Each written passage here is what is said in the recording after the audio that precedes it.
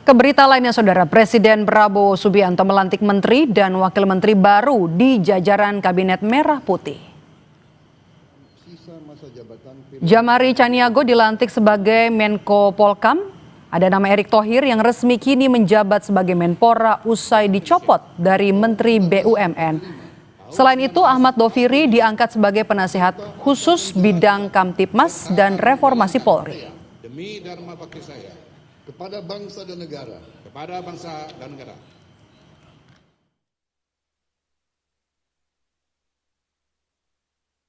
Ya, saya cuma ditelepon Setkap untuk hadir hari ini seperti itu.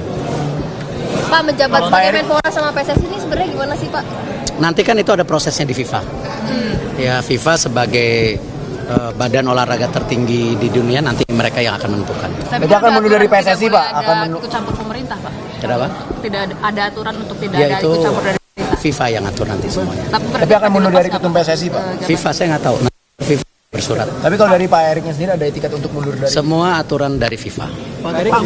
BUMN gimana, Pak? Kalau BUMN sendiri sudah pasti kan nanti Presiden Pak Mensesnek nanti. Di bawah Danantara apa? Ini masih ada Saya nggak tahu. Dilebur, Pak, ya? Dilebur ke Danantara, Pak? Saya tidak tahu.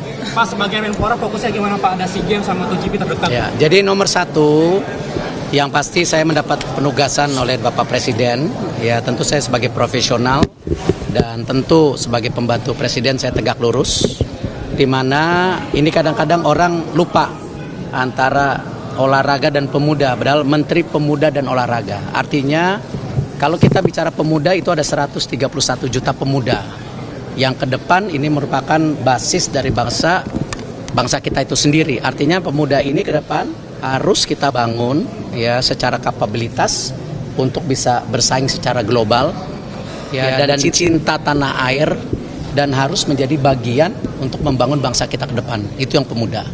Untuk olahraga sendiri tentu nomor satu, olahraga harus menjadi alat pemersatu bangsa.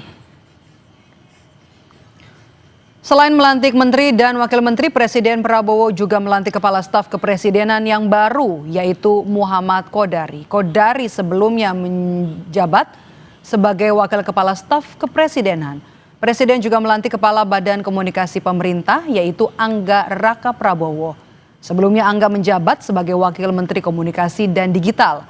Usai dilantik, Angga Raka Prabowo bilang Badan Komunikasi Pemerintah ini adalah transformasi dari PCO dan salah satu tugasnya adalah memperkuat komunikasi agar semua program-program pemerintah bisa tersampaikan dengan baik ke publik.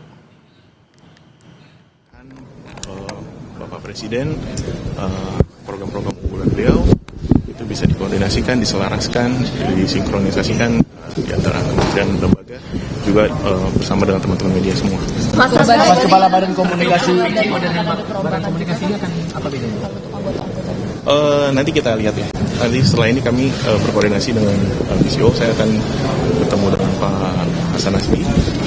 Tentunya saya ucapkan terima kasih kepada Pak Hasan Nasbi yang selama ini sudah banyak membantu pemerintah dalam hal ini, dan beliau juga akan tetap membantu kita pemerintah membantu Badan Komunikasi ini untuk terus menyampaikan apa yang menjadi kebijakan pemerintah. Mas ini berarti kayak baru apa gimana, Mas? Seperti jubirnya Presiden? Mungkin lebih fungsi ada fungsi jubir, kemudian ada fungsi juga kita mensinkronkan, mengkoordinasikan antar KL gitu tentang kebijakan-kebijakan pemerintah agar tersampaikan dengan utuh, dengan baik gitu, jadi tidak ada tumpang.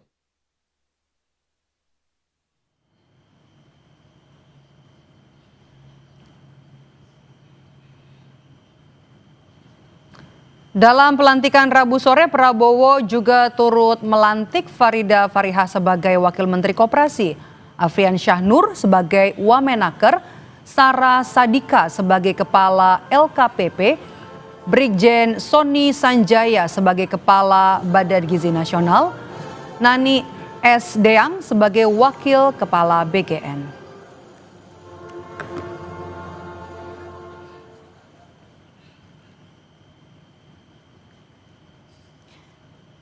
Kita pantau kondisi pasca Presiden Prabowo Subianto kembali melakukan perombakan kabinet siang hari ini. Ada jurnalis Kompas TV, Alfa Rizky, dan juga juru kamera Anggi Medarwan.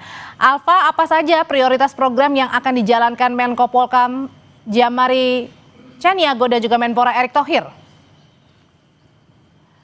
Baik, kita akan perbaiki komunikasi, tetapi yang jelas saudara pada siang hari ini perombakan kabinet kembali dilakukan oleh Presiden Prabowo Subianto, yakni adalah melantik untuk Menko Polhukam yang baru pengganti dari Budi Gunawan, dan kemudian juga Menpora yang sebelumnya Dito Aryo Tejo ini dijabat oleh Erick Thohir.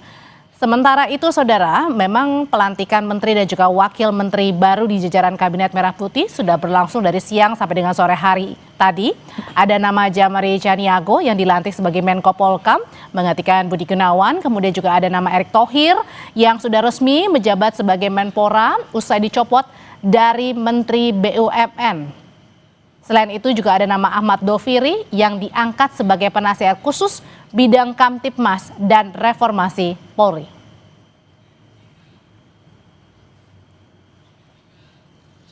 Pak Doviri, nah, udah jelas. Apa lagi? PR pertama dari Presiden apa Pak? PR Arahan dari pertama Presiden. dari Presiden Arahan dari apa, Pak? Presiden. Iya, Pak. Arahan dari beliau. Gunakan sisa umur untuk kepentingan bangsa dan negara. Pak, melihat kemarin Berapa umur saya, siapa yang tahu? 77 tahun. Ya, sebentar lagi. 77 tahun. Gunakan sisa umur itu untuk tetap mengabdi kepada bangsa dan negara. Nggak ada istilah-istilah. Kemarin belum penunjukan. Kenapa? Komunikasi awalnya dengan Presiden sebelum penunjukan apa pesan-pesannya dan lain sebagainya mungkin Pak?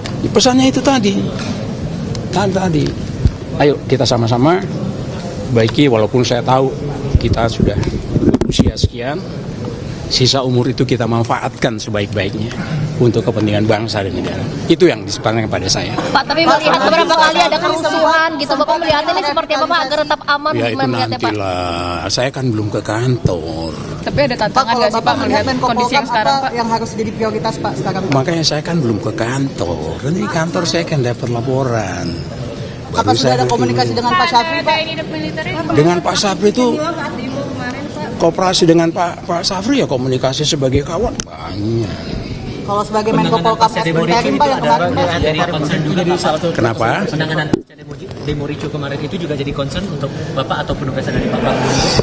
Sementara beliau mengatakan seperti itu, nanti tinggal saya menjabarkannya setelah saya mendapatkan informasi yang lengkap dari kantor Menko.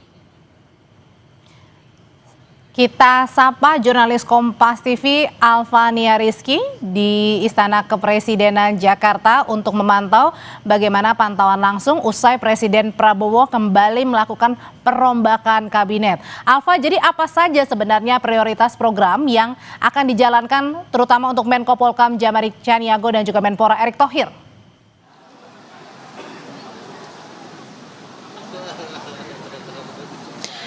Ya, saudara, saya mungkin tidak bisa mendengar suara Anda, tetapi saya coba jelaskan terkait dengan bongkar pasang Kabinet Merah Putih Jilid ketiga. Ini menjadi yang paling banyak, di mana Presiden Prabowo Subianto melantik setidaknya ada 11 pejabat negara, baik itu kepala kementerian, wakil menteri, bahkan kepala lembaga dan juga badan.